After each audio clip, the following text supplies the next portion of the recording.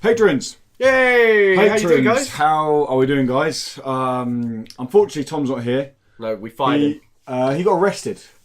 Yeah. He was eating the new bad boy Tom.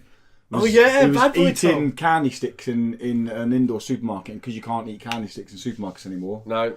He was arrested. He's arrested. So that's it. He's gone. He asked us to pay his bail. No. And we said no. Even though I owe him a tenner, I was like, suck it, fat boy. Yeah.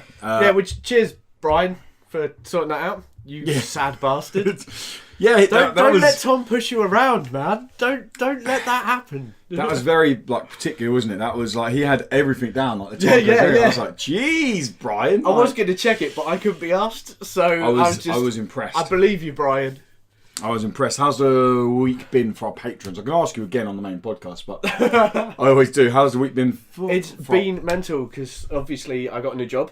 I say, have you started already? I haven't started yet. I start after, so I've got final term because I've got to work out my 4 weeks' notice. Yeah. But then I pushed it a little bit further, so they pay me over the holidays. Nice. And then start my new job. So it's just filling all that crappy paperwork you've got to do, all the references, all your previous work history, all your DBS checks, and all of that. So you're going on to full time. I'm going full time as a behaviour practitioner. Spanker. That's pretty much it. Yeah. Come here, little boy. Listen, you little shit. Do as you're told. Back of the hand. You should get the Mankind sock. What the fuck is that? You're not a wrestling person, are you? No. See, I've let people know this in the past. I loved wrestling growing up, and there's a character called Mankind, Mick Foley.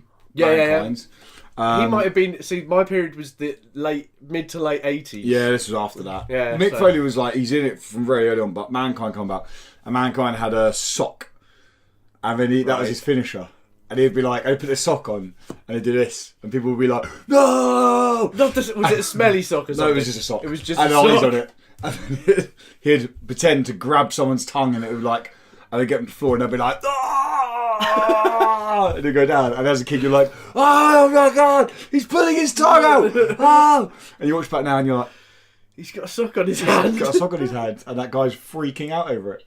But yeah. No, yeah, that's it. That's what you should do. Get the sock. I should get the sock. There's ways to do it that I can't behind him like that. If I could only take photos and then show you, but I can't. So yeah, I've been dealing with paperwork, and I've been just generally bimbling around, just trying to get shit sorted. It's been mental. You know I told you about that brilliant day I had it was about a week ago now with the whole light situation. Oh yes, yeah, with the flux capacitor and that has been hilarious for the last week, genuinely hilarious. Go on. So, big context for our patrons.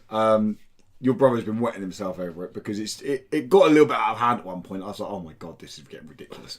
So basically, patrons, about a week ago, I went into work, the lights were off. Everyone was like, oh, my lights are off, can't do work. And basically what happened, they got these new daytime lights and they hadn't done something with some kind of fuse thing in it. It just went.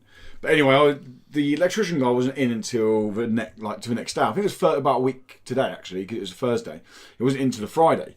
So everyone was like, oh my God, no lights and stuff, and freaking out. I was like, oh, it can't be that feckin' hard. So I got up on the chair and I had no fuck all about electrics, but if there's anything I'm good at, is blagging my way through anything. Yeah, that's very true. So I looked at that and I was like, I know the issue. Started moving it around a little bit. I thought I didn't know the issue. Basically, in the light, there was this thing that was out a little bit, and it looked like it was it was misplaced. So I had these gloves on, these special static gloves they gave me, and pushed it up, pushed back in, clipped this thing that looked like it needed clipping over there, jiggled the light bulb, genuinely just jiggled the light bulb a little bit, and it came on. So the connector had bent and you basically just bent it back in. Nice. But, I mean, it turns out it did actually need more after that, but it was just enough to keep it going at that point. And everyone was like, oh my God, look, how do you know everything about everything, Lewis? So I was like, oh, it's not that hard. It just needed the flux capacitor had actually just gone on it, so it just needs to sort the flux capacitor out. And this girl was like, you're so clever. And I left it at that. And then as people started coming back in and they're going, oh, the light's fixed. Oh yeah, Lewis fixed it. Something to do with the flux capacitor. And no one had a clue what they were on about. So they were going, how do you know all this shit? I'm like, well, at least they know it's shit. I was like, well, I just know. You need to know this kind of stuff, don't you? Just lapping up the praise and all that. And then one guy clocked it straight away. One guy went, so how many flux capacitors are there in a light then, mate? And I was like, he's trying to catch me out. So I was like, well, actually, there's none. There's like there's a transfuser in the light, but there's one flux capacitor in the school. And what's really cool about it is you can kind of put banana skins in there, cans in there, and it kind of turns. And they were like, is that real? I was like, yeah, you put pretty much anything you want in there, other than zinc. And it turns into, oh, that's amazing. So anyway, the head then got told that, not about the fact that he got told that I fixed light. And he was like, how do you know about electricity? I was like, well, I don't know that much. Shit. Thinking, don't give me a fucking maintenance job. But then the actual, I've been getting pranks on me all week from the actual maintenance guy. Nice. And he's been going, there's a delivery. Like, so I got a phone call from reception. Lewis, there's a delivery for you. And I'm like, delivery? I didn't get anything delivered to a school. I must be sent to IT. I was up there and there was this fucking huge box. Like, he must have taken it into reception. Yeah. Like dismantled and made it in reception. And in massive black marker on the side, it said flux capacitor. He was like, and they were like, yeah, there's a delivery for you. And I was like, did Paul bring this one? They're like, no, it's got delivered. And they were like, you got to take it though. And I was like, they were like, you can't open it in here. And I was like, I was there for like 5 minutes trying to get it out the door, like, you fucking. And it's been happening to me all week. Oh, it's backfired beauty. on me, but it's backfired in a clever way that no one realised it's backfired apart from the electrician guy who's having a whale of a time. Yeah, brilliant. And he's like, call me up. Yeah, mate, the heating's gone in the pool. I need some help. Can you get down there and that? And I'm like, it's coming. Haven't got a fucking clue what I'm looking at. I'm like, Paul, please. He's like, no, I need your help. I'm sorry. I'm sorry for taking your place, Paul. Don't. I like Paul. He sounds like a good fella. He's ex-rugby. Well, there you go. He's going to be loving this. Yeah. Oh, he done a brilliant one as well the other day. Because I had a workstation. I was working at a computer all day. And you have these little things that you can put on a computer to basically be, don't go on it, please. I'm on it, Phil. Mm-hmm. I had my initials on it. I left it on there. I went to the toilet, came back. There's a fucking topless photo of David Hasselhoff. So it looks like I've been going through the photos of David Hasselhoff. And I'm like, what the fuck? And he's going, mate, I'll be careful what you look at it in school. Like, people will start getting ideas on it. And I'm like, did you? And he's like, whoa, don't pass it off on me. And then people are like, why have you got topless pictures? I'm just like, no matter what I say, I'm digging now. I just got to shut up, close it. And I looked at it, I was like, you fucking bastard. He gets me all the time, ever since the flux capacitor thing. He's out to get me. Paul, I'm coming for you. I'm like a Rocky training video. Like, getting ready for Paul. Yeah, I like it. But yeah, that was my little tangent. That was my tangent. Should we just dive into podcast? Should we do podcast? Do we need to reset anything? No, we can just go. Sweet. What's up, and welcome to the Indie Credible Podcast Season 2, Episode 2. It's going to take me, not only for my pen, it's going to take me ages to actually realise that I have to keep saying Season 2, Episode 2 now. But yes, this is Episode 2 of Season 2. Apologies, there was no podcast last week. I was ill. I was off on the Friday. I was ill all day Saturday, so we didn't really get a chance to do the podcast in the end. I still got a bit of a cough. I still sound a bit weird, so apologies if that comes across in the audio. But anyway, we're back, and however, it's just myself and Dan. Yeah. No Tom.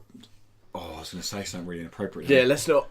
Tom was on a private jet, but it went missing. Yeah, that's jokes that shouldn't be done at this point. Yeah, probably we give it a year and we can say yeah. We give it a year. That'd be enough time. Yeah. Let them find the plane first. Tom's dead. Tom's dead. That's the classic, isn't it? Tom's dead. That's where we go. Tom's dead. Tom's dead. He's comic book Tom. So he couldn't believe he beat me in a bet, so he died. That's it. It was literally heart attack down. Yeah, almost. They thought it was spontaneous combustion at first. Yeah. Dan completely exploded. I don't know where we're going with that. I don't know. But as always, we are here, and if you're wondering who we are, because it's your first time stopping by, then hello. My name's Lewis. You can find me at What's Up Woody.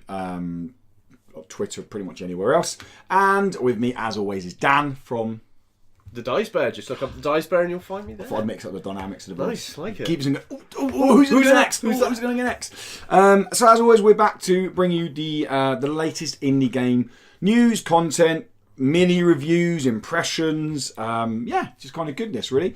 The reason I'm saying that is because I've noticed that we've got quite a few new followers or subs on YouTube. So this could be a lot of people's first time seeing the Incredible Podcast. So have no idea what we do. no, Which is pretty good because we have no idea. they're Either. probably gone by now. They're probably like, this Yeah. is fucking a piece of mess, isn't it? I'm off. See ya. Took ages. But no, this is a weekly show where we do go through the world of indie gaming. As I said, we go through all the games we've been playing, share our impressions on them. We go through the latest indie game news, and we cover a main topic. Today's main topic is both Dan and I have both been playing a game. The full review will go up closer to the game's release. And that is Genesis Alpha 1, published by Team 17, developed by... Radiation Blue. Thank you, Radiation Blue. I got my notes over there, not right here. I've got mine right here, Yeah. so we're good. So we're going to go through our full impression of that, because that's kind of the first, I want to say, big indie of 2019. That's Yeah. the one that we were really, really look forward excited to. And a lot of press have been like, this is the game, you got to look out for this game. So we're kind of going to go into our, not final impressions, No. but our thoughts on the game so far, and that's our main topic. But should we dive into what we've been playing? Let's go through what we've been playing. Who wants to go first? I'll go first because 3 of mine are basically old games that I finally Okay. got to play. Well, we'll get out of the way quickly that, as I said, Genesis Alpha 1's the main. We've both been playing it. Not going to talk about that until later. Yeah, we'll talk about the end rather than Yeah. repeating ourselves. So go on, So, fire away, Danny boy. I've been going through the Game Pass, Xbox's Game Pass, having a look what's on there, and Still a great bit of kit. I've been playing Farming Simulator 17, Nice. which came out in 2016. Can I quick Go- side go note on, ahead go on. today? Just announced today, Farming Sim 19. 19 Yeah. has got an esports league starting in Europe. No, Well, word of no, lie. right, okay. Price so, for $25,000. so this is going to really irritate me It's then. in Europe. Why is it not Because in I've been playing the game, and yeah, it's a farming simulator, blah blah blah. And one of the first things that I always do in farming sim game or any simulator game is I dick about. I don't take it seriously. I'm Farming not. Sim's not the kind of game you dick about in, is it? It's very serious. Well, yeah, it is. You go through it. It's really pretty. Yeah. So the first thing, once I got my farm out and it taught me through the tutorial bit, you get to have your combine harvester. And you take down your field and you pull up a truck next to it to get the bits out and you're like, oh yeah, great. And I thought, and it was like, now move on and put some whatever dirt on the floor. I don't fucking know, I'm not a farmer, right? And I thought, sod that, I'm going to go to next door neighbour's farm and I'm going to plough their fields and steal their shit. I'm going to turn this into a pirate sim, farming piracy. So I fucking drove my combine harvester out of this place, had the music player in, decent country tunes rocking through. It's like, yeah, got to the farm, did all the bits you have to start off with, like the thick, whatever the fucking things are with the blades on that goes around. plows. Well, you're on a combine harvester, the but there's a trowel kind of special things. word for it that you've got to do. You've got to lift it and move it up. But you put it down, Flanges. the flanges. Flanges, yeah. I started up the flux capacitor in the back, right? Yeah. And I engaged the nitrous. That's it, yeah. Yeah, ready? Is this in kit? This is, the light's flashing. Yeah. It's talking to you the whole Hi, time. Michael. That's do you it. want to do this? And I'm like, yes, let's do this. And you start going through the field and it doesn't cut anything up. You cannot take crops apart from your own place. And I was like, oh man, you've just ruined this game for me. I reckon you're probably one of the only people who's been like, I'm going to steal crop. I'm gonna be the world's crappiest farmer because I'm just gonna steal from everyone else, make them do the work. Please tell me when you went back to yours, they're all dead. Yeah, I would all love it the if you animals went back and you were just like, on the floor. What? Some sort of zombie plague had taken over. Yeah. So I mean, that was fun. As in, oh, that's nice, but man, sim Boring. games. Yeah, it is. You have to find a sim game that you like. Yeah. And like ones that strike the perfect balance. And I'm going to go back to an old personal fucking favourite here. Something like Theme Hospital. Theme Hospital is like, it's straight up a hospital simulator. Yeah. Like you're dealing with everything, but it's got that real weird quirky side to it as well when people are going in with like piles because they sat on the floor, a cold floor too long, like things like that. Yeah. And I genuinely thought for a long time that's how people got piles. Just sitting on cold floors for too long. And there's like another, I can't remember what the actual illness is in there in Theme Hospital, but when it says like someone ate a piece of pizza they found under the fridge that's a couple of weeks old, they got ill, and I used to be like, oh my god, don't eat pizza you find under the fridge. That should just be. You should just know that. You probably should. You probably should, but that for me is like the perfect strike between sim, Yeah, and something and that's fun because you can do stupid things during it as well. You Like can Stardew overdose. Valley. I know you joke, but it is a sim, but it's got the kind of quirky stuff alongside it, so you can and yeah, okay, it's nice. I see. I can't believe you're going to have a competition with it. Who's going to grow the best crops in a? I mean, how long's that going to go on for? I just saw it on a news. I can't imagine sitting and I was watching wetting it. myself. It's hardly an e-sport, is it? You're not going to just sit there going, "Go on, plough that field." Yeah.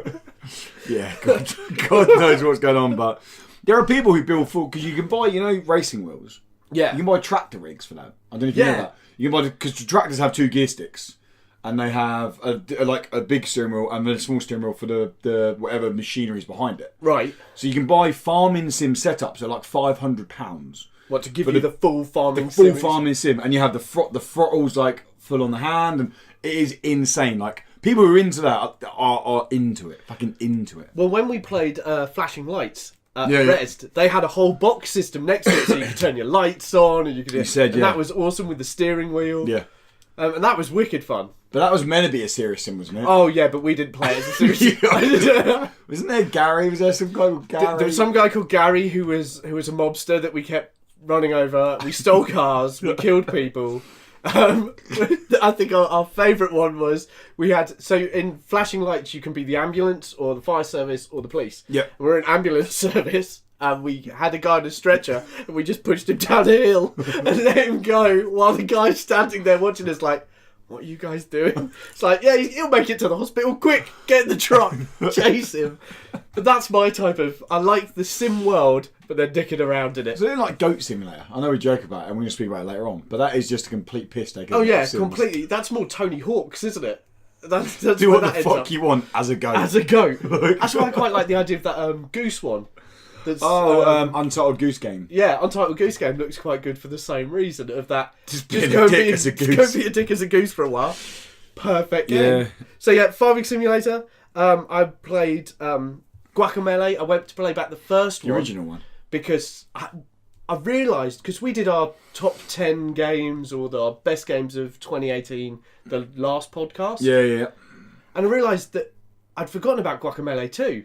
And we've never got to play it. We played a small amount at Res I only played at Res. But what I played at Res didn't make me want to play more. I know I didn't dislike it, but I wasn't like, wow, I want to play more of that game. Well, I played it with Tom. Yeah. Because we played, and that was hilarious. And I was like, have I forgotten Guacamelee? So I've been back. Guacamelee's brilliant. Well, I made the first one. It's really hard as well. It's really hard. There are some issues with the controls, I've found. Was it like 2015, that game? Guacamelee 2013. Yeah, man, came Jesus. out. But so I've been playing that again. A brilliant game, and yet again, that's on Game Pass at the moment. So it sounds like I'm pimping out Game Pass. I'm not, but someone who did it took the free bit for a while, and then was like, yeah, I might pick it up. But I mean, now I'm playing everything on Game Pass. Every time someone mentions Guacamelee, I always remember another game. Because I played 2 games at the very same time. Do you remember Ollie Ollie? It was like the skateboarding one, yeah. That's on there as well. But, yeah, and so's there's 2 Ollie Ollies Ollie on there. 2, but, yeah. But it's another Metroidvania sort of thing, but set in a Mexican world full of chickens and random stuff and so quite many. Day of the Dead, isn't it? Kind of. Yeah, it's all set around that. It's got that very strong theme to it. You start off as just a farmer, a very butch farmer with a big hairy chest. It's just surreal and brilliant, and I'm sucking right back into it. Nice. It's not. I was happens. just going to jump on for it for a bit of fun, but now I'm playing, and it's like, wow, I haven't done that in ages. Nice. And that's a good one. And then I've been playing another one that came out last year, We Happy Few, which I jumped on because I wanted to give this a go. Yeah, well, it's on Game Pass. It's it's on Game Pass as well. I'll give it a go then, because it wasn't on Game Pass originally. No, it came out at £60, £50. It's still, and then it dropped down to about 20, 30. It's still 40 quid on PlayStation. Is it really? Yeah. Well, let's just sum it up like this. It's basically they're trying to be BioShock. Is it the same team? No. It's not, No. Gearbox published it. Yeah. And put that out, but it's by Compulsion Games. Because it was a huge Kickstarter project, wasn't it? It got the story's brilliant. The story's such a wonderful idea. The idea, isn't it? Correct me if I'm wrong. That they're trying to they're drugging the people in the town to cover up the fact that it's actually horrible stuff going on in the town. Well, they're drugging the people in the town to help the people forget the hideous things they did during the Second World War. Which does sound like a great premise for a story. Yeah, and you've got to take this drug called joy to try and keep your happiness at a certain level. Has it been heavily patched? Is it a lot more playable now? Well, I've never played it earlier, but If it has been patched, they've missed some massive chunks. Okay. So right near the, I'll say a good bit first. Right at the very start, you're sitting redacting content so that only good news goes out. Yeah. Right, and you get a choice. You slowly, the drug starts to wear out, and you get a choice of to remember more or take the drug. So, and I was like, well, I'm going to take the drug. Took the drug, and it showed the end credits. Oh, really? It just went, yeah, you just give it in. You're not even going to try end credits. And I loved that.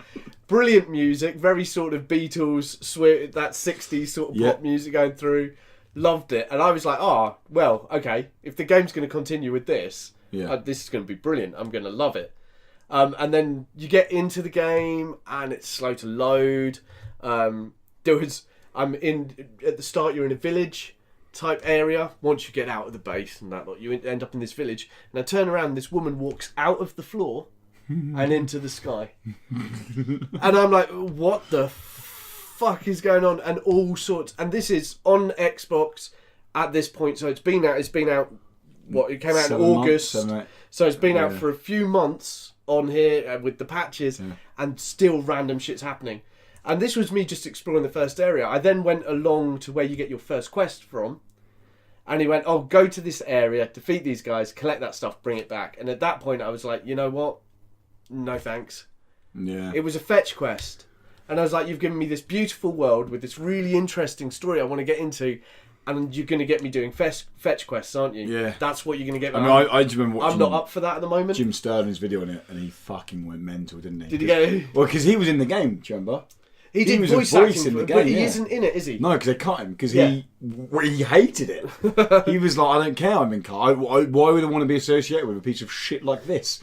And he'd done this video where he'd done about copied assets, and he went down the street, and there's like an old lady... who he counted, it was like 27 times in 30 seconds he saw this old lady just saying an asset. He went complete, and his big argument was this is a £60 game. Like they've taken people's money from Kickstarter. What have they done with that money? Because they haven't made a game. Like that. And there was one bug in there that literally meant you couldn't finish the game. Oh, there's quite a few of those. From what I had to restart. Wow. You get stopped by the police right at the start. These guys in police masks. And when it goes properly, you basically wake up again in the tunnel with them all disappeared because there's been a gas leak. But mine just stopped the first time. Completely stopped. I just stayed in black for ages. And I was like, God, is this a loading thing? What's going on? And nothing. I went and grabbed a beer, sat and drank my beer, and it still hadn't changed because I thought it might just be a loading thing. I come from the days of ZX Spectrum, so I'm used to sitting around for 15 minutes waiting for a game to load, you know. So, and I had to restart, and I was like, skip that one. Yeah. That's a shame. Another one which had just come on Game Pass and came out at the end is called Aftercharge, and it's a 3 versus 3 combat game. It came out. That was on launch. That only just literally released. On console. On console. It came out last year on PC. So this is the one where you're invisible. Yeah, so you've got two teams of 3. One team, you're all big robots who turn invisible, and you only become visible when you punch. Yeah, and you have to destroy these. And you've got to I think there are 10, like, energy cylinders. Totem things. Yeah. Yeah. That you've got to destroy. And the other team, there are 3 of them, and they basically can shoot you and kill you. But you can res your fallen people. So you've got to play this sneaky game of then smashing them down. And it has the potential to be brilliant. Okay. It has the potential to be really, really good. The only problem is it is a full team game. You need 2 teams and of 3. It's far easier to be the ones defending the energy cylinders than the ones attacking them. So when you're invisible, it's all well, you can smash them all until the final one. Yeah. And then when there's one left, these 3 guys can just be around it and they can take you out in seconds. I haven't won a game yet. Wow. When I'm attacking. Wow. Okay. And I've tried all sorts, resin guys, moving around, we've trashed everything. Nearly every game I play, you can trash 9 of them or however many it is and have 1 left. But I know that the reason we're not getting this one is because we're not working as a team. Yeah. And we're not utilising, because I think there's 5 different characters you can choose between, and they have different powers, and it's using these perks together to destroy that final one. Oh, okay. And that's where I reckon once you've got groups together, that's where it'll get really good, because then that will mix it up, and it's quick. It's pretty. Okay. It still needs a bit of work on it. Yep. It still feels like we're Is in it, that early is it stage full of it. release or is it game preview? Is it full? It's full. I think it's full release. Yeah, it's all part of the. did Again, see this it was is another coming, Game yeah. Pass one, and It was one that we got offered a key for on PlayStation. yeah, But the reason I turned it down was purely because as soon as I read it, I was like, it's a team game. Like yeah, you would need a team of 3 people. Like, you need all 3 of us to be in an office together to Yeah. play the game and to give it a full review. Like, Yeah. it's the only way you could do it. But I've really enjoyed that one. That's been Okay. really After good Charge. fun. After Charge, it's been really good fun, and I think further down the line, it'll get better as long as they really support it and they really keep going. I reckon that'll be one that can. I mean, throwing can it be on a lot Game of fun. Pass isn't a bad idea, is it? Like that, because it's the kind of game that would probably get lost otherwise. Yeah. And it goes on there free, and Game Pass have that thing where it's like new, like recently added, and people can see it there. Yeah. Well, Okay. because I play a lot of indie games on there, I've got an indie games tab that turns up all the time. And it's just sweet. like indie games you might like. Nice. And it's like, yeah, played it. Ooh, new one, I'll have that. Yeah. No, nice. Yeah. And that's been my indie games I played. I played Black Ops, Blackout. I would love to have played it. Yeah, you've had issues with that, haven't you? Yeah, what a great trial. I can't get in. I created 3 accounts. Why? Because you have to create an... So firstly, why the fuck are Activision... Why don't you have an account already? I do. But every account I create, I then go to log in on Activision. Yeah. And it says there's an Activision server error. Every single account. Dude. And then I googled it. Turns out that there's about 50% of people get that issue, get that error. So, and then what was really ironic was when the trial finished yesterday. No, it's not finished yet. We've got another day of it. Oh well, yesterday I got an email saying trial's coming to an end. Buy the game now. And you're like, I did get Like to try it. there's like a 20% voucher in there to buy the game with, and I was like, no, it doesn't fucking work. Yeah. But yeah, so I mean, I'm not too fussed about that. It was good fun. I'm sure it was Luke good and I have fun, been yeah. playing it. It's been good fun. It's not something I'm going to buy. No, It was good fun to play it, but nah, pass. it is. Wait until you get one with a story mode and these extra bits instead of charging full price for a game and not giving us everything. Yeah, fair enough. So Cool. what have you been playing? Obviously, we're going to speak about Genesis Alpha 1 at the end. Yep. I'll start with Sleep Tight. Now, Sleep Tight released on PlayStation end of last year. I think Xbox same time and PC. And I was quite interested by it when it first released. And it's just come to it actually released on Switch today as of recording, which is Thursday. And it's a bizarre kind of top-down-ish double or twin stick shooter where you play as a kind of tower defensive, where you play as a kid who's got to protect their bedroom from night monsters. You have to build pillow forts and you build Nerf guns and you kill the monsters, and as you go through the levels it gets harder and harder and harder. The reason I wanted to play it was because it looks quite cute, it was quirky and all that. So I got it on Switch. I was lucky enough to get a key sent through to us. Played it on the Switch for like an hour and was like, that's really cool. I really enjoyed that. That was fun. There was like 10 characters to unlock. Each character's got a different starting passive ability, and then there's lots of new weapons. I was like, sweet, that's awesome, cool, really like that. Jumped back on it like a day later, played another round of it, and at the end of that hour, I was like, I'm pretty bored now. Okay. I soon realised that the issue with the game is it takes far too long to get hard. Like, you need to play like 20 to 30 minutes of a playthrough Right. for it to then become a challenge, to then that wave, the first 10 waves might as well not be in the game. And one really annoying thing about it is the resource system is just very bizarre. Now, I get they've tried to be quirky and cute and add like resource currency in there that fits in with the cutie kiddie. Yeah. And so like, you collect stars and you collect, I can't remember what the other thing's called now, but you spend stars and something else to get the stuff. But you have to spend all your stars to start the next night. Now you can spend it on like turrets and then keep spending the other currency, I can't remember what it is now, to repair your turrets and things like that. But you can't stockpile your stars. So the expensive stuff, you have to end up playing really far into the game. And I just, like I said, the first hour kind of carried it through with its cutesy wootsy art style, and it felt unique because I was building pillow walls and putting down Nerf guns. I was like, this is cool.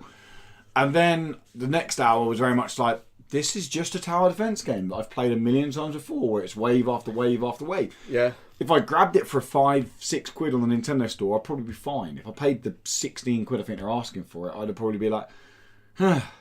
But then again, I'm that's coming from someone who's played that kind of game A lot. a lot. People who haven't played that kind of game, or It even might giving be it a to fun way to get into or it. even giving it to a kid. Well, how many tower defense games do we have at the moment? Like out recently, there aren't that many, are Not there? really, no.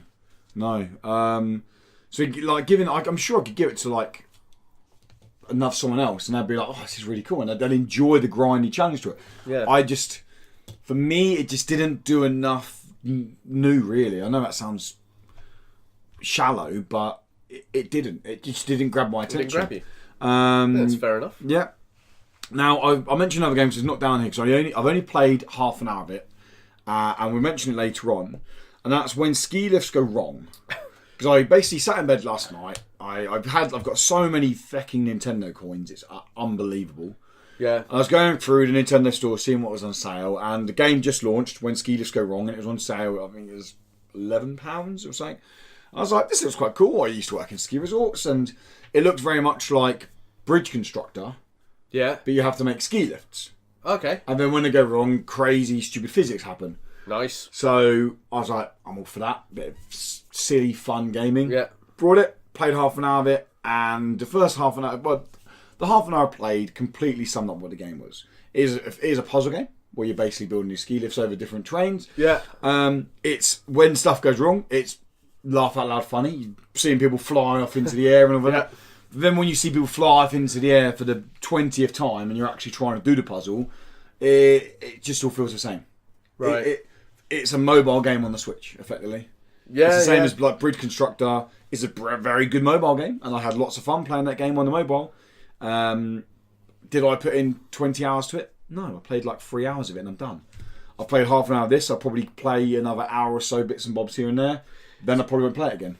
So it's just one you pick up every now and again. Yeah. It's a bus journey. Yeah, that's what it is. There'll be some people who love it. They're like, "Oh my god, look at this!" Like, and the puzzles are very complex and obscure. You can see how they get kind of okay. They're my points. And I like that logical challenge that comes with those games. Yeah. Annoyingly, there's not a sandbox mode where you can just go crazy, build this stupid fucking. I want like a sandbox. That'd be good, Where I yeah. can just be like, I just want to build the fucking stupidest ski lift ever, and just send people off into a distance. Boo, boo, boo. Yeah, but no, that was okay. Then the final game I played, other than Genesis Alpha 1, or final indie game I played, because I jumped onto Jump Force beta. Oh yeah. We'll talk about that. If you're a Patreon, you'll get to find out Yeah, what we'll he talk thinks about that about afterwards. We'll talk about it afterwards, and I've been playing, still just chipping away at Octopath Traveler. But And the Gwen. other indie, yeah, Obviously. yeah. The other indie game I played, and this one is going to go under the radar for just about everyone. Okay. And I'm trying to sing about it as much as I can. I'm actually playing it for a review at the moment, and it's called Rainswept. Now I mentioned Rainswept way back in like February last year, and the reason I know it was February was because that's when the demo went live on itch.io or itch.io. Yeah. And I played. I sat down to play the game. I remember on itch.io, whatever it was called. I sat down and I was like, I'll give this a go. And I remember it wasn't the end credits, the final scene of the demo, and then it says game still in development or things like that. And just being like, wow, I fucking loved that. Just being so blown away by what I just played. Yeah. Now it's nothing groundbreaking. It's effectively some kind of dark, mysterious, slightly washed up detective goes to a small town and there's these weird murders going on, and then he's like going, well, it's probably someone in the town, and they're at the town are very much like, oh no one in the town would do that here. And then all of a sudden, I know where these weird supernatural elements kind of come into the story, and there's this weird thing about like an ex-girlfriend / wife, we don't know, and the animation, you see it up there now, it's very simple, the art style's very simple, it's very Twin Peaksy, but it was all of that done well, and it was enough for a story for me to just go, fuck, I just love that. And I've been waiting for a release since, and out of nowhere, the dev, it's a solo project dev, got in touch last week and said, we're actually releasing on the 1st of February. We'd love for you, I don't know if I'll say it anyway. we're like one of the only press people on his whole list. No one else has got back to him. Oh, wow. So I was like, Nailed it. I was like, I'd love to fucking play the game. Like, I'd love playing it the first time. So he sent me the review key through, and I've got about an hour past the demo. I think I'm quite close to the end. I think it's only like 4 or 5 hour game. Okay. It's just great. This game has to come to the Switch. Has to come to the Switch. Now, the best comparison I can give it that does it justice is Night in the Woods. Okay. So it's very similar to Night in the Woods in terms of it's that kind of, not tons of reading, but there is a heavy reading element to it. Yeah. There's not voice acting, so you're reading the text to it. It's that what feels like a grounded story, but has supernatural elements going on. I've not fully found out what they are yet. And like I said, it feels like a 10 episode season story, nicely condensed down into like 4 or 5 hours of a nice tight little story game. I'm loving the game at the moment. I'm genuinely loving it. So is this just on PC at the moment? At the moment, it's only launched on PC and Mac via Steam. Yeah. The developer Arman has said that he hopes for it to come to console, but it will completely depend on how well it does. Yeah.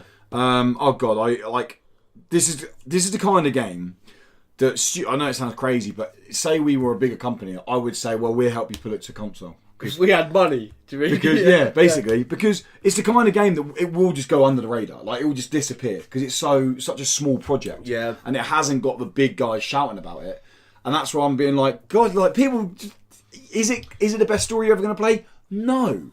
Is it a great little 4, maybe 5 hour story that you can kind of lose yourself in and have fun in? Yes. And that's what I think sometimes you need. Yes. Especially Yeah, on the Switch.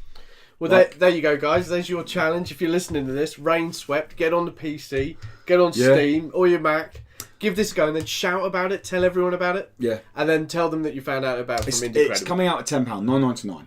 Is that worth it? Hell yeah, at the moment. I'm just checking, because sometimes these titles come out and you're like, you know. Hell yeah, at the moment. Like I said, Ooh. I'm only 2 hours into it now, but I want to play more of it. Yeah, it launched on the 1st of February. We have a full review up close to the time. Cool. So if you're like, I kind of want to see what Lewis thinks of it, like further down the line, then please wait. Obviously, there is a full review going up around the 1st of February. But yeah, it's a lovely little. It is what I like to call like a hidden gem of an indie game, and it definitely needs a bit more attention. Cool. Yeah, but that's it. Really, that's kind of what I've played, apart from Genesis Alpha 1, which we'll talk about. We'll talk about later. News. Cool. So news, guys. Not a huge week for news, and I'll plug it again because I mean we like plugging our content.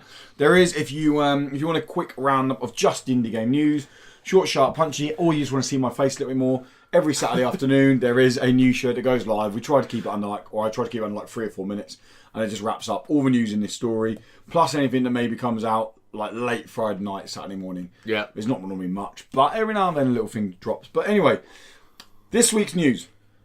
We kick off with a game called Riot Civil Unrest. It's a game that you noticed a little while ago, isn't it? Yeah, I saw a bit about this midway through last year, I think it was. Yeah, I saw late last year about it. And it's effectively a protest simulator where you can play as protesters or you can play as the police or the officials who are stopping the protest. You basically end up as riot police. Yeah, basically. So the reason we mentioned it in the news is it's got a release date. It's literally coming to every single platform, PC, PS4, Xbox One and Nintendo Switch on February the 6th. The game at launch will feature 4 campaigns. Each, split over the 4 campaigns will be 30 scenarios split between the 4 campaigns. The scenarios will be based on fictional protests as well as real world protests that have happened over the past. Okay. They have to be, obviously, it did say in there they won't have a direct link because obviously they have to be quite careful that if about what protests you're going on. Exactly, yeah. So basically, unlockable, you can get a high-vis jacket unlockable. Set in Paris. Or Ireland. Yeah, or Ireland. The levels are objective based. So to finish the level, they're objective based. So it's not a case of just survive the level. It's like, I don't know, smash up X amount of cars or whatever the protest thing is. as we said, you can control both the law or the protesters. There will be a high score rating system that will be able to go online and compare against your friends. Okay. So I can go, I'm a better writer than you. Brilliant. Yeah. I love the fact that you probably are, because your idea of a protest was to smash cars. Yeah. You went straight to smashing cars. Yeah. There was no holding anyone up there. It was literally, Smash cars. yeah, smash cars. That's it. Yeah, smash cars. That's what you do. Yeah. I'm protesting against potholes, smash cars. Yeah, fuck it. Don't the potholes already do that? Yeah, but we do it more. Okay, cool. Yeah. The ultimate in protest. Because we've proven that potholes are useless. So get rid of them. Yeah, get rid of them. Have more They can't protesters. smash cars, we can smash cars. Simple as that. And it's, being published and developed by Merge Games. So, I'm looking forward to jumping onto it. Yeah, the bits I've saw of this actually looks like it's a sim game, basically. Yeah. And you've got to plan how you're going to move your rioters through, and you have different level of rioters. So you even have those sit-down protesters who just, peace and love. And then you can hide in those V for Vendetta masked freaks who are just going to smash the walls. And then slowly hide them back into the crowds of the sitting protesters. Which looks like fun. What, more importantly, and as we've said many times on this podcast, is so often nowadays games can just release, and I'm actually going to talk about the next game I'm going to talk about. This my concerns for the next game is they can kind of release and go, it just feels like this game. It just plays like this game. Yeah. It just looks like this. Actually looks like it's something quite new. It actually looks and feels quite unique. I quite like the pixel artwork with it. Yeah. I can't think of another time I've played as a writer or a law enforcement. Well, apart from law enforcement, I played a lot of law enforcement games. That's true. But where I'm just a writer. But when your objective is to smash cars. Smash cars, because that's what you do as writers. Yeah. I'm going to get in touch with the Paris lot. Look, you did it wrong, guys. You should be cars. smashing cars. That's it. That's what you get wrong. Stop waving flares. What are you doing? Yeah, smash some smash cars. Get a Fiat. What other French cars are there? I was just thinking French Peugeot. Get a Peugeot 206 Citroen. There you go. An old 2CV. Let's. Fucking weird cars they were. There was one weird thing apparently. You couldn't put the music on before you started the engine, otherwise the engine wouldn't work. Like the electrics would go to the radio or something stupid. Nice. And the CD thing was down the side of the handbrake on the old C2s. So you had to lift the handbrake to get to the tape player. It wasn't in. What the fuck? Yeah. I remember watching a Top Gear with it on there and being like, and Jeremy Clarkson loves them. He's like, he said literally, this is the French smoking way too much. And going, let's just make a bit of a different car, man. It's a bit too different. Like, it's just, yeah, I love it. Well, you get to smash some of those as a rider, because that's right. That's it, wearing a high vis so people know where you're coming from. The next game. Yeah. Outward. So, Outward is a game that's been... I've heard a bit about it's snowballing a little bit with its coverage over the last couple of months. I heard about it last year and I kind of was like, yeah. I saw a very basic teaser video for it. It was like, yeah, whatever. It looks okay. I generally weirdly have picked up now. I don't know why. Probably getting paid to show something off of it. And the reason I say I don't know why is I don't want to be down on a game before it releases. Yeah. But as you guys will see from the trailer, have you seen anything from Outward? No, I don't know it. So they basically gave it a second dev diary. The first dev diary was shit. I'm sorry, it was shit. Okay. It was going, we're a kind of medieval fantasy open world RPG where you can craft items and you can take on creatures and you can go to towns. I'm like, so what you can do in every open world RPG? Like, this isn't a dev diary. You're telling me what an RPG is, not what your game is, and that's why I'm down on the game. The trailer is literally, it could be Skyrim. Okay, not visually, but in terms of the gameplay, it could be Skyrim. It could be, oh god, any RPG basically. It could be any RPG you're playing. You don't know it's Outward. Medieval, great. That's been done millions of times. Fantasy medieval, been done millions of times. Like, that is the main. At the moment, stay of fantasy. There is no. There's no. Or nothing to make me go, oh, Outward looks so good. Like, it just at the moment, I'm like, it's another open world RPG. Like, even something like, okay, this isn't an indie game, Horizon Zero Dawn. It fell so heavily into the tropes of being a Ubisoft open world RPG. Yes. But it had enough difference to it by having clever mechanics with the combat of shooting off the different armor panels and these really cool, like, everyone wants to fucking fight robotic dinosaurs. Like, yeah, if it didn't have the robotic dinosaurs, no, it's another open world RPG. Same as like Red Dead. Like Red Dead's great. It's Wild West, but it's no more an RPG, isn't it? Like, Yeah. So I just think, I don't want to be down on the game, as I said. The dev diary, it was better. It gave a bit more information. They kind of said a release date, 26th of March. And they kind of gave a bit more that there's going to be like job classes in there. But I was like, it's just very MMO now, right? It's still not... But that still falls into the classic RPG thing, doesn't it? But yeah... You're going to be a blacksmith. Good for you. Apologies if anyone is watching or listening and really up for Outward. I'm just a little bit like... Don't apologise for it. What is it that's grabbed you? Yeah. If you're really up for Outward, what is it? What is the thing that you're like, no, this is what it's going to do different? Like, I wonder, the reason... I wonder if IGN have picked up, and I genuinely thought this. When I saw it on the IGN home, I was like, what the fuck? Why is this on the IGN page? Yeah. I genuinely wonder if it's because they've thought, well, wait a minute, our marketing team have done fuck all here. Like, we're going to struggle to get this game out. Maybe if we send it to the biggest entertainment website in the world, we might actually Get some sales. get some sales on it. But that's the only thing I can think of. Just Or maybe IGN have been told, look, we can't keep preaching about Skyrim. Yeah, fine.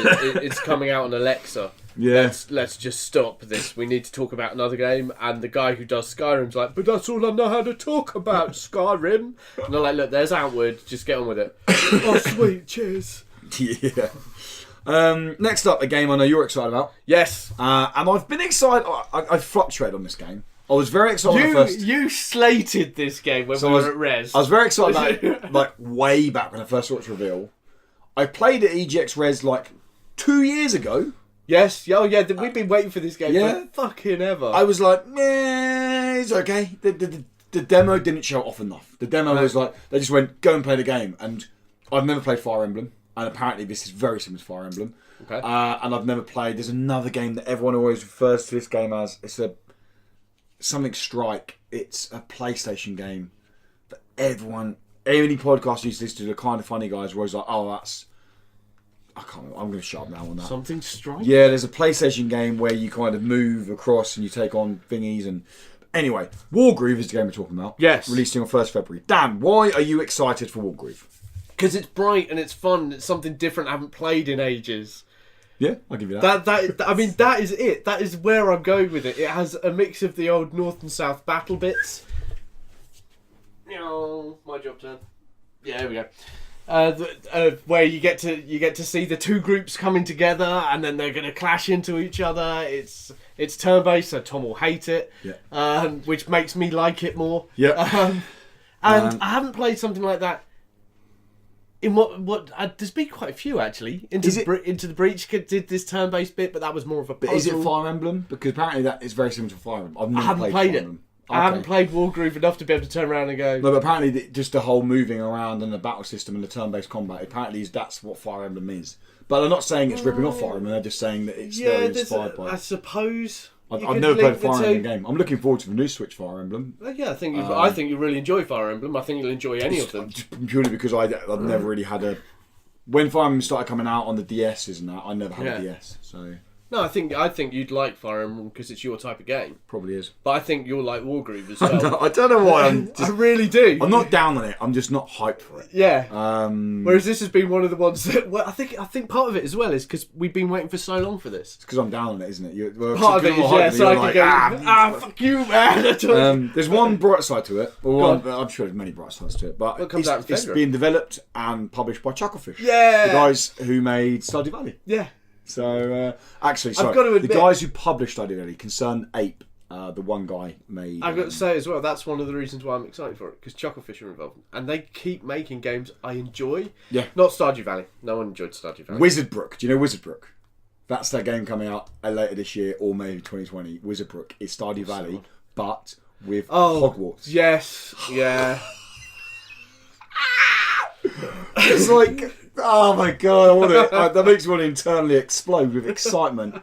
Like, Just keep it in your pants, mate. like the fact that Ooblets and that can be so close. Like, Oh, you saw? I've got fucking Ooblet screensaver. As I Yeah. came in today, he's got an Ooblet screensaver. Yes. That game, I worry about Ooblets Why? because I think it's going to be really good. But I think by the time we get to it, you are going to be so excited, you're just going to fall asleep. Because you're like that little 2-year-old child who's so excited to get to Disneyland, and then you get there and they're fucking chatting and they fall asleep.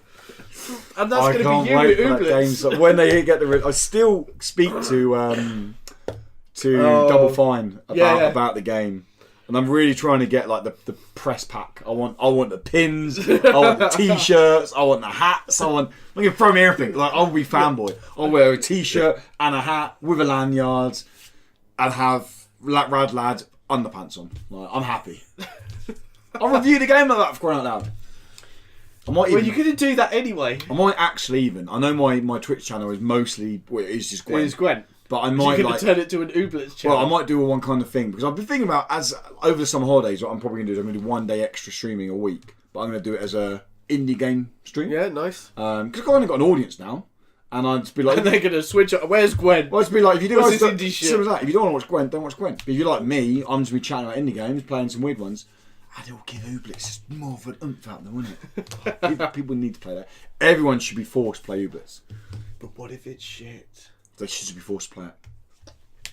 You don't care. You're No. such a fanboy No. now. It doesn't matter what Yeah. it comes out as. Get that North Korean guy over here. He'll sort him out. What? Kim Jong Un? That's the one. Is it Kim Jong Un? Yeah. Which Get one him are we over on? here. He'll make everyone buy it. No, he won't. Yeah, he will. Because he'll see a Mackie D's and get distracted. True. But no, Wargroove is releasing on the 1st of February. I probably forgot to mention that part. Yeah. It's coming out 1st of February. It's coming to Nintendo Switch exclusively, I think, at first.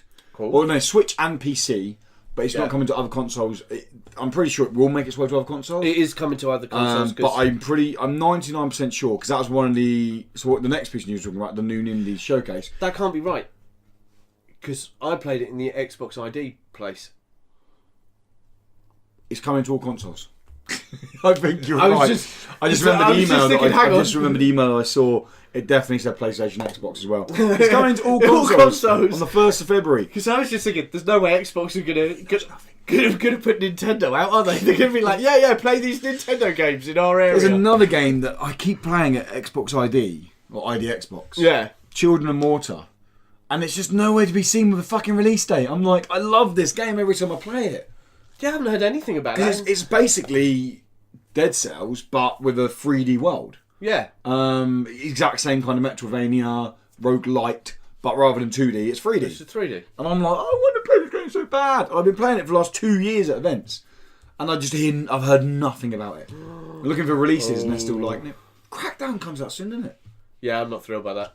I am, I 'cause like it's Terry free. Crews coming on there. Oh yeah, Games Pass is free. But I yeah, would never buy that game, but just to see how many how many cars I can smash up. Like, Riot! I'm fucking rioting everywhere. I have a balaclava and everything in my room. Oh, you fucking see your car, mate? Yeah.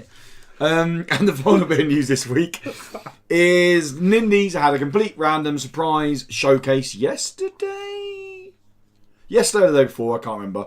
Where they it showed won't off, matter when they're listening to they this. showed off 9 indie games. I've gone through and picked out 5 that you should be psyched about. There was most indie games. They showed like Miniko's Midnight Market, which looks great, but we know that's coming anyway. Grow your cats. Games that we didn't know were coming, or came out of nowhere, was the game I played earlier, When Ski Lifts Go Wrong. It's perfectly fine. If you like a puzzle game, then fine.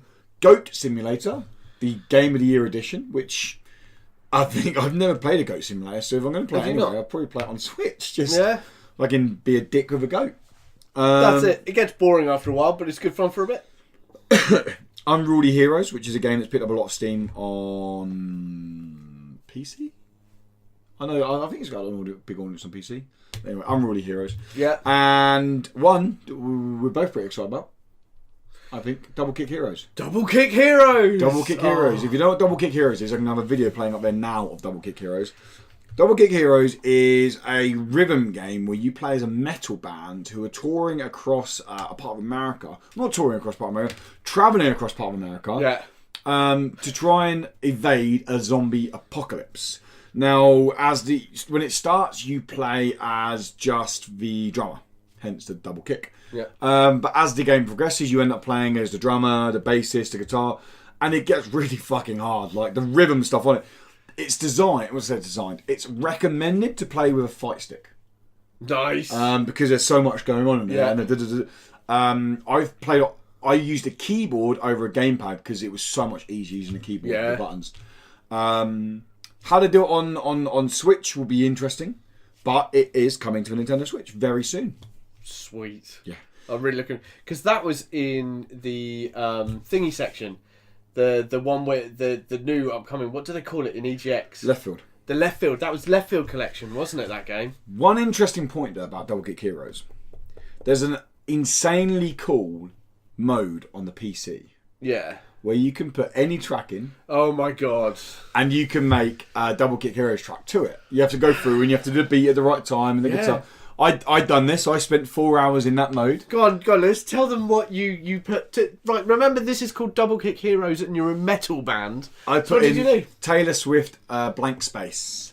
And I nailed it. And the devs retweeted it. Do you remember that? They were like, this is fucking...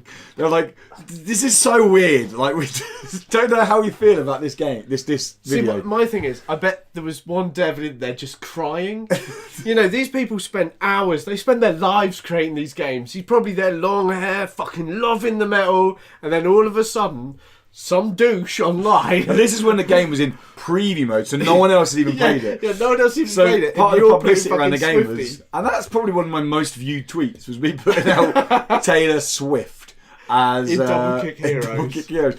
My concern is, it was easy to do on PC because I could just download. I didn't fucking pay for the track. I just downloaded it off MP3 off YouTube, uploaded it to thingy, and went with it. I don't know if that mode will be on Switch because I don't know how you'd get the music to put on there and do it. Yeah, I don't know. Which is a shame because it's a really fucking cool mode. But yeah, Double Kick Heroes is a cool game. It is a cool game. It's hard. And I'd say that it's hard. The story is as fucking bonkers as you want it to be. Isn't there a point where a T-Rex or something comes along? Yeah. No, T-Rex mounted with cannons and a Yes, plasma gun. Yeah, Fucking and it gets seriously hard. I recommend first playthrough play it on easy because I played normal and that shit was hard as fuck, even on a keyboard. That was hard. But yeah, no, Double Kick Heroes is a nice little addition to the Switch library. Definitely one you should check out. Definitely the one I'm excited for. And that's it for news. News, yeah. That is it for news. So should we go on to our main topic? We'll move on to the main topic. Okay, guys. So the main topic is, as we mentioned before, Dan and I are both in the fortunate position where we have been able to play Genesis Alpha 1 pre-release. The game launches on the 29th of January. It's coming to PlayStation 4, Xbox One, and PC on Steam and Epic Game Store. And a quick kind of context of what the game is. You can see the trailer playing now, and then after the trailer I have some of my gameplay playing. Cool. So the game is a roguelite space adventure game with ship building mechanics to it. So basically the Genesis program is where your classic story, we've heard it a million times. Humanity have been dicks and ruined the Earth. They need to go off and find a new place to start up a life, basically, start up a civilization. So they found the Alpha 1 galaxy. Yeah. And they're exploring the Alpha 1 galaxy. And your job basically is one of the Alpha ships, one of the Genesis ships, is to captain a ship, find a planet, genocide the planet. Genocide means kill the people on it. Don't genocide the planet. What's the... You're basically going to it's in like the end of Search for Spock, where they send it down and the planet becomes new and you make it breathable and habitable and everything like that. That's what you've got to do. Don't genocide the planet. Though you pretty much are in the game, but we'll get to that. Yeah. So that's the idea. And to get there, you need to do classic research of stuff. You need to build your ship out.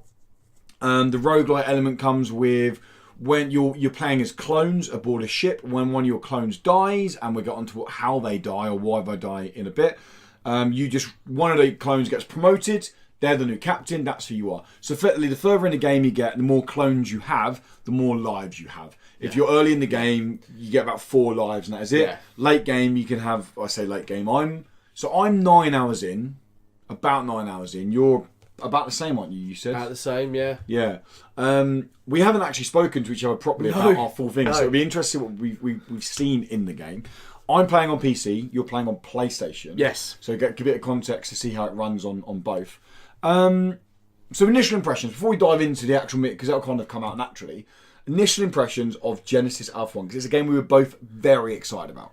Yeah, because of the mix of first-person shooter I forgot to mention that. Yeah, of course. Your classic sim shipbuilding management game. Yeah. So as you're travelling through the universe, you've got to collect resources, and these resources are then used to help build new new clones. Clones, yeah. Been doing a bit of shit on Venom, so I mean, my mind just flicked back to that there.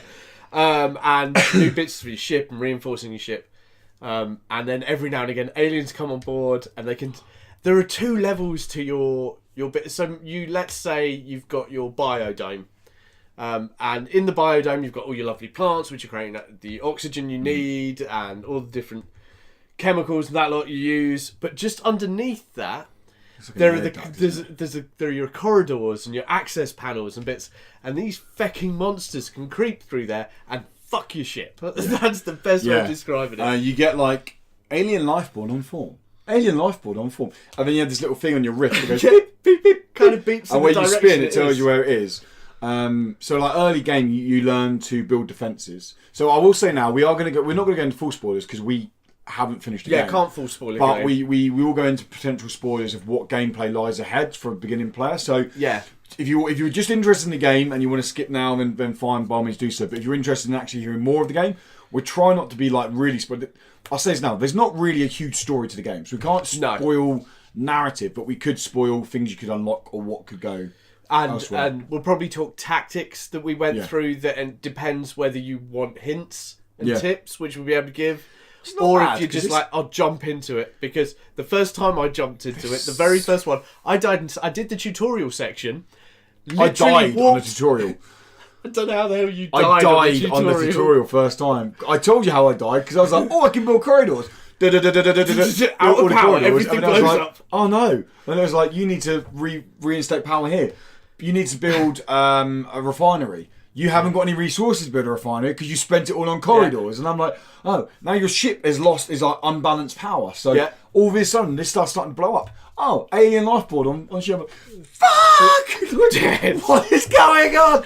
I had pretty much the same bit as soon as I warped out. I didn't build loads of corridors, but I warped to the next place that is out of the tutorial zone.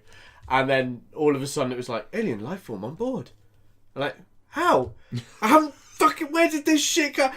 You hear this sound, you're like, you can no longer get to the bridge. What do you mean I'm going to walk out this door? You walk out the door and you are in space. You're like, fine! You're dead, everyone's dead, start again. And that is great. The game is hard as nails. It's genuinely hard. Like, it is a game that every decision, I'm like I said, 9 hours in now, even now, there are decisions I have to make in the game that I'm like, fuck, this could go so wrong.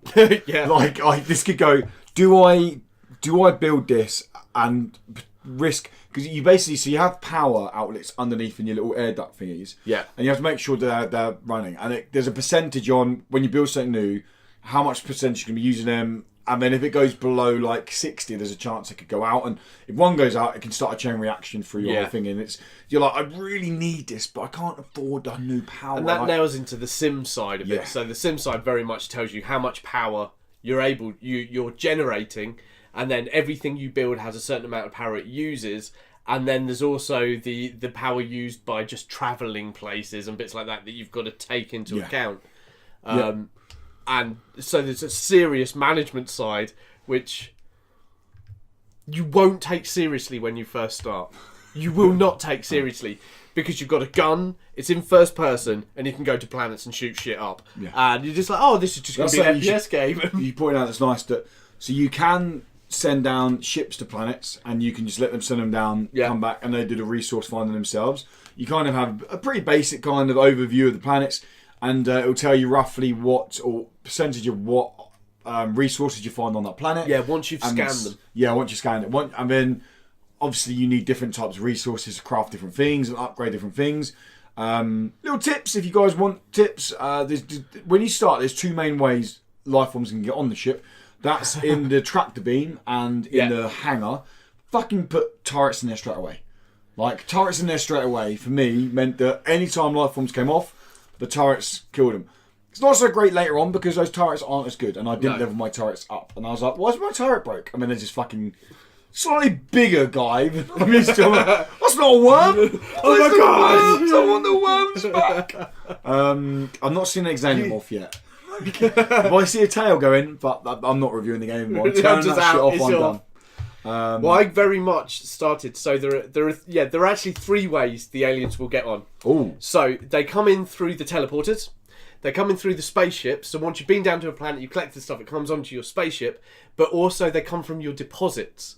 oh, So they do, of course, yes. When they take the stuff from the ship, it goes to a deposit area before it's refined. And while it's in that deposit area, so like spiders in banana crates, they will come out from there. But they won't, when they come out really small, it won't always warn you there's an alien on board the ship.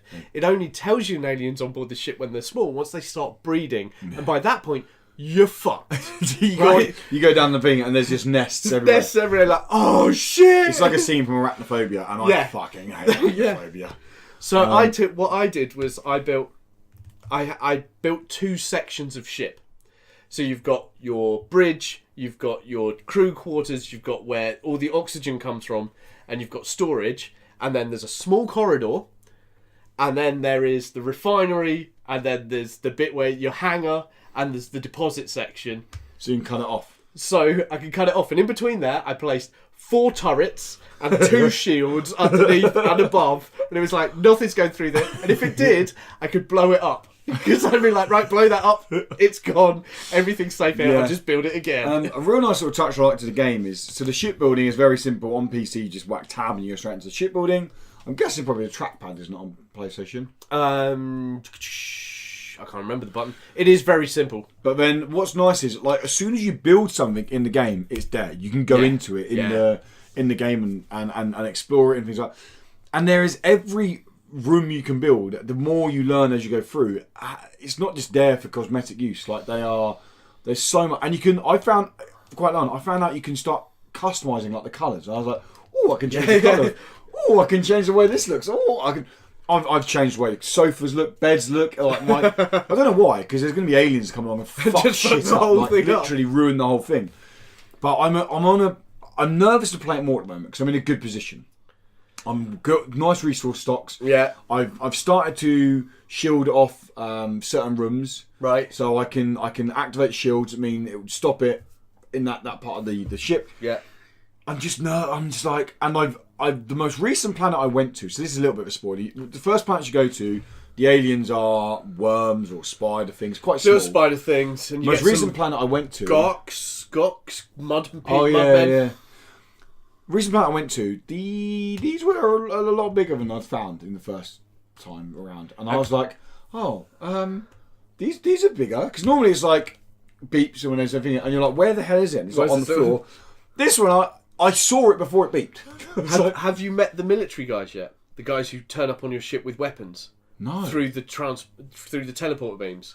No. Yeah. Are they aliens? Shit me the fuck up the Are they first aliens time. or are they pirates? I don't know. I blew their brains out before I could ask them, man. So because you can travel, there's a big, massive star system you can travel through. Yeah. And you're travelling through it now because I had to go to a new area because I'd rinsed all the planets there of all their stuff. And then I'm standing there and we're teleporting stuff up because you learn to do routines. There's a way of setting it. So I go to all the planets I can teleport and I just teleport first so I can guard it and I can protect it. And then there's one point this tube went up and there were 3 guys with guns there. And I'm like, what the fuck? Who are you guys? I can't be beat. Oh shit, I'm dead. Quick, give me a go with it. But no, it is... Okay, so what surprised me, I knew it was going to be in-depth. Yeah. What surprised me is how in-depth this game is. Like, micromanaging the micromanagement stuff. Like, you need to set up where, like, so you assign jobs to your clones, Yeah. and then you're making sure they're doing their jobs. And as captain, you're very much running around. You're making sure there aren't any critters on your ship. I know we spoke a lot about the aliens, but that is very much one small aspect of the game. That is tiny. There's so much more to the game. The research, and then you need to decide, like, oh, you have these resources. Are you going to improve weapons? Are you going to add more weapons to your arsenal? Are you going to upgrade your defense systems? Are you going to upgrade your turrets? What are you going to buy into? Are you going to upgrade your ships that go get stuff so you can get more resources on them? Not just that, your clones as well. Because Yes. as you're killing people, you're Of picking up course. DNA strands, which are teaching you about new aliens. And as you learn about them, you can upgrade your clones or create different alien life forms. Yeah, so you can have alien life forms on your ship Yeah. as allies. And then you have to change your plants so that they have the right, oxygen. right chemicals to breathe. And you're just like, I'm just one guy. This Just game, so one man. okay, where I'm sat in the game at the moment is I'm not going to assign a score because I don't want to do that yet. I want to fully, I say finish the game. I don't know if you can finish the game, but I want to at least genocide a planet. Fuck. Kill everyone. Yeah. Go down there with my glove. Click twice, so not only 50% go, fucking 100% All of them. go. All of them. Everyone's dead. That's it. And sorry, people are going to go, it's not a glove, it's a gauntlet. Gauntlet, sorry people. Get over yourselves. And yeah, basically. But here's where I am at the moment on it. Go on. I have complete respect and love for the detail the devs have gone into with this game. Yeah. And they've nailed it in terms of the hardcore, like old school XCOM fans that want to go and make a sci-fi sim game that you can go and play, like, and literally get the slightest detail down, like every bit of micromanagement. This game has got it. They've done a pretty good job, although it's hard and it's not cumbersome, because I found something like that sounds bad, but it's overwhelming maybe at first. Mm-hmm. There's still casual players to the genre like you and I can still get on, have fun, play the game. There's definitely a market out there for this kind of game. Yes. However, that's my slight. At the moment, there's some things that I'm not over the moon about, but this strictly, and I need to get this across in the review. This is not a game for everyone. This is although it does a good job of you, Brian, one of our patrons, or Trev could pick it up, play it, and get the hang of the game, because the tutorial, although it doesn't tell you much, the way the game starts, there's not too much to do. You can kind of, through trial and error and dying 3 or 4 times, you can kind of get used to, okay, I need to do this now. And then once you understand the basics of the game, as more rooms unlock, more ships, parts unlock, more resource unlock, you kind of learn the game quite easily. Yes. It's got a nice progression system with that. I'm also slightly down on, and this is me being a narrative whore, but I don't know why I'm doing. I know the little cutscene plays at the beginning, but I'm like, why am I doing all this? Like, I don't know if I need to know that, but it does feel more along the lines of a sandbox rather than a sort of narrative-driven adventure sort of that you're going through, which is kind of a shame. I found, for me, one of the things that kind of got to me was the actual travelling through space was annoying, because you can so it's a massive grid, but you can only move one square at a time, and large amounts of these squares are empty. So you're literally just bouncing through blank space, and it takes 3 seconds to launch, and 3 seconds, which it sounds like no time at all, but when you have to go through 8 blank squares, it's like, just move. Why can't I select that square and go to it? Oh, because you can only warp to this place. Well, it's like you said, that stuff that you and I don't like, but someone who's a hardcore sim fan and wants to almost realism of it, they're probably going to enjoy that. Well, it's like me and farming Sim 17, where I want to go raid other farms. You know, different people enjoy different things. It is literally exactly that. Yeah. But I mean, I don't want that to come across as like, oh, down on the game. Like, no. I mean, if you're going into the game expecting something like Mass Effect, please don't go and do that. Like, that. I mean, I would love more kind of, not relationships in terms of relationships, but it'd be nice if like there was more interaction between the clones. You could actually talk to clones more, but that's a whole new mechanic they need to feed into, and there is already so much going on in the game. I think, I'd go with that. I think this is a really great start, and I really want it to do well. but I think number 2 will be better. Yeah, it's a fair point. It's one of those ones Yeah. that once they make the money and they've got, which they should, because this is a solid game that I've been And enjoying. they've got a title they can work with, Genesis Alpha 2. Yeah, there you go. You just keep adding it on, off you go. That's it, easy. But no, I love the tense corridors as well underneath the ship. Walking around the top of the ship is I very feel- nice. It's very Stanley Kubrick and, Yeah. all of that lot. But underneath, it is aliens. Yeah. It is, you're It is going through fully tight corridors. 1980s sci-fi horror, Yeah. alien. Yeah. It is, yeah. Especially when you don't know it. And the before you start planning out your ship properly, and you are walking around going, where the fuck is this? Where is this? And then out from there, But no, the game, I'm enjoying the game. So wrapping it up, I am enjoying the game. I'm enjoying my time with the game. It is, I'm not gonna lie, it's stressful. It's hard. It's handed my ass to me several times. If things go wrong now, I'm going to probably cry. because you lose so much. You lose so much. But that does feed into what the game is trying to achieve. As I said, there will be a full review up closer to the game's release. Now, at the moment, I'm not 100% sure. That full review may be I've actually genocided a planet and won. Or it might be the fact that actually I've got 15 hours in, I've lost on my ship, I've started again. I will get a review up closer to time, and I will be honest at the beginning on saying, actually, do you know what? I didn't finish the game, but I've played 15, 20 hours. I know what the game is. Yeah. Here's my review on it. So there will be a review up closer to time if you're looking for a more official and kind of final wrapped up verdict on the game. But that's my job on Saturday, is putting in 5 or 6 hours to Genesis Alpha 1. Nice. Yeah, so what's your wrap up on it? How are you feeling about it? At the point I am at the moment, I'm still enjoying it. Though I have found I've got myself into a routine that I know works. So I'm literally going to planets, setting off my strategy, and then doing it. So it's becoming a bit rote at the moment. There is no fear for me. There are no aliens able to get onto my ship. I'm able to take down anything. When I visit planets, I take 4 turrets with me and lay them out. So when these monsters come to attack your ship while you're down on there, which allows me just to walk off and go and collect these special nodes that are hidden on the planets.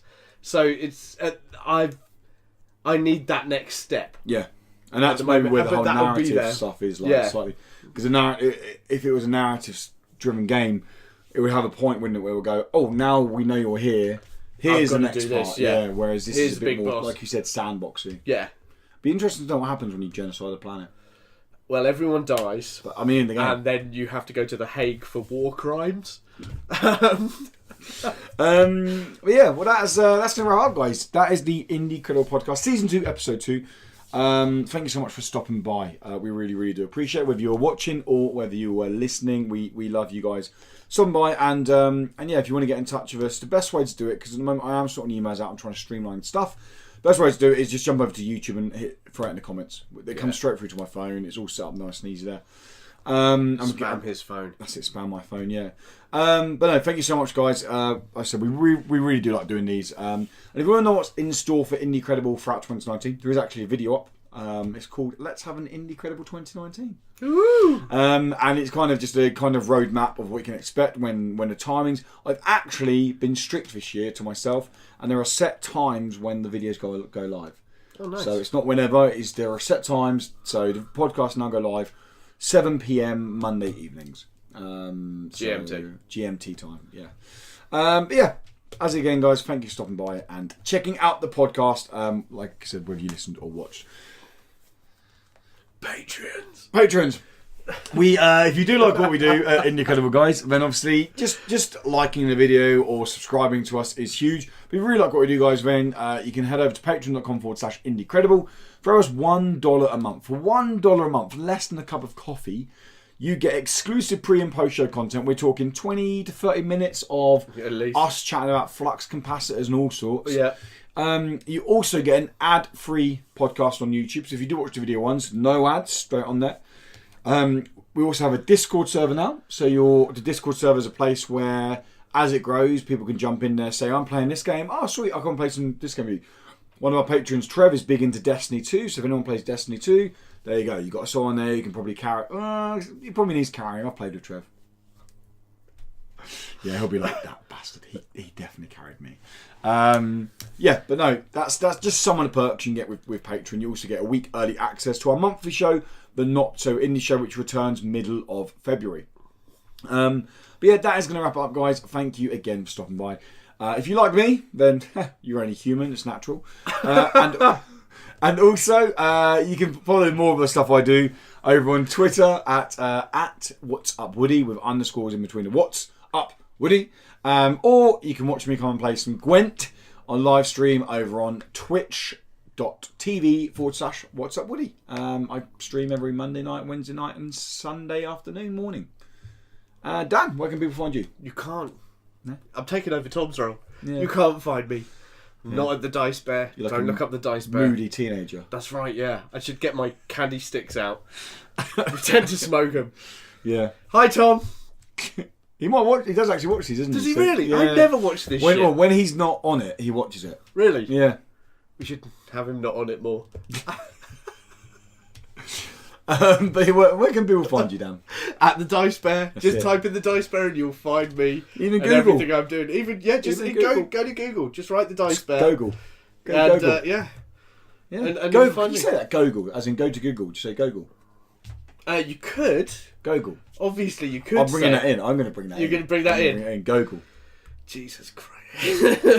Anyway, guys, we're off to record the Patreon show, so Patreon, stick around.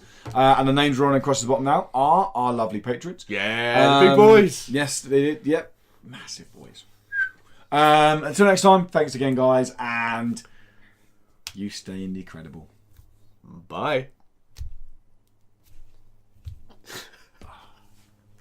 Beautiful. Patrons, how you doing? Hey. Patrons, how are we doing? I always wait for them to respond. There's something in my head. Yeah, that well, is when wrong, we but live you stream- go that. When we live stream, we They'll could be able to respond. That'd be yeah. great. That's it. Brian and Trev just sending this abuse. Yeah. And Fabio just being like, hey. Is it Fabio or is it Sergio? I don't know. I don't know. I think it's actually, his name's actually Sergio, but Tom always calls him Fabio, and that's what confused me, because I called him Fabio I'm first. really confused now, though. Or is he actually Fabio and we call him Sergio because... I'm pretty sure I called him Fabio the first time I called it out, and now they're like, and no, his it's real name's Fabio. Sergio. Yeah, I'm pretty sure that's what it I'm is. so confused now. Yeah, Jump Force. You want to chat about Jump Force quickly?